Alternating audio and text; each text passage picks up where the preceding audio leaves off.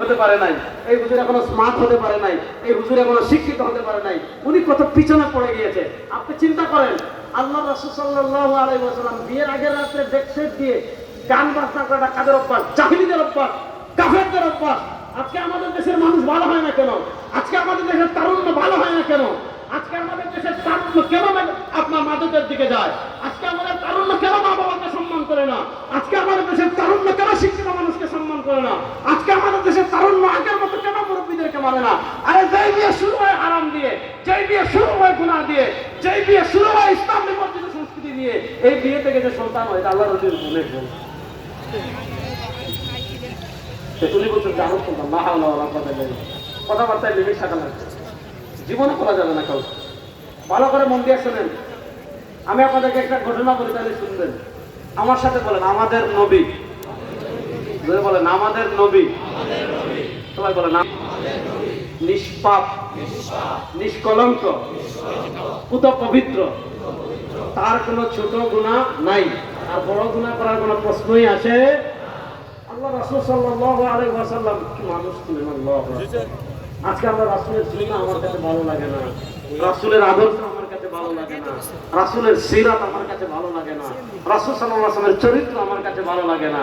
আল্লাহ তাআলার আদর্শ আর কোথায় আব্রাহাম লিঙ্কন, কোথায় রাসূল সাল্লাল্লাহু আলাইহি আদর্শ আর কোথায় পুঁজিবাদ, কোথায় রাসূলুল্লাহ সাল্লাল্লাহু আলাইহি আদর্শ আর কোথায় ধর্ম নিরপেক্ষতা? আজকে মুসলমান ধর্ম নিরপেক্ষতার পিছনে দৌড়ায়, আব্রাহাম লিঙ্কনের পিছনে দৌড়ায়, অথচ আল্লাহ রাসূল আল্লাহ তাআলা পবিত্র কোরআনে বলেছেন লাকাদ কানা লাকুম ফি রাসূলিল্লাহি উসওয়াতুন হাসানাহ। জীবনের সব ক্ষেত্রে আমাদের জন্য রাসূলুল্লাহ সাল্লাল্লাহু আলাইহি আদর্শ।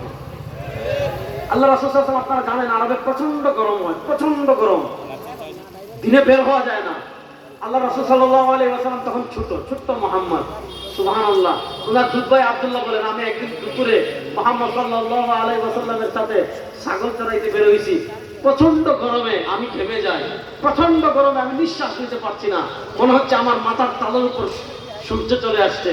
আমি আমার ছোট্ট ভাই মোহাম্মদের দিকে তাকাই। ওনার দুধ ভাই আব্দুল্লাহ বলছেন, আমরা যেহেতু মোহাম্মদ ইসলামকে অনেক মহব্বত করি, আমার ছোট্ট ভাইটার দিকে তাকাই যে ছাগল চড়াচ্ছে, তার কি জানি কষ্ট হচ্ছে, কিন্তু তিনি বলেন আমি আমার ভাইয়ের দিকে তাকাই।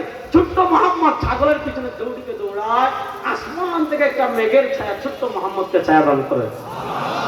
রাসূলুল্লাহ সাল্লাল্লাহু আলাইহি ওয়াসাল্লাম কেমন ছিলেন? হযরত আবু হুরায়রা রাদিয়াল্লাহু তাআলা আনহু বলেন, ফারাসতু মাইরাতাম মুকমারাতাম বিরাসূলিল্লাহ ফারাআইতু মাররাতান ইলাল কমারি ওয়া মাররাতান ইলা ওয়াজহি রাসূলিল্লাহ।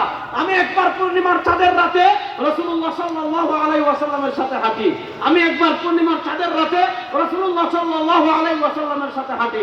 ফারাআইতু মাররাতান ইলাল কমার, একবার আকাশের চাঁদের দিকে তাকাই, ওয়া মাররাতান ইলা ওয়াজহি রাসূলিল্লাহ সাল্লাল্লাহু আলাইহি ওয়াসাল্লাম, একবার আকাশের চাঁদের দিকে তাকাই, আরেকবার সওয়ারদু আলমের চেহারার দিকে তাকাই, একবার পূর্ণিমার চাঁদের দিকে তাকাই, আরেকবার সওয়ারদু আলমের চেহারার দিকে তাকাই।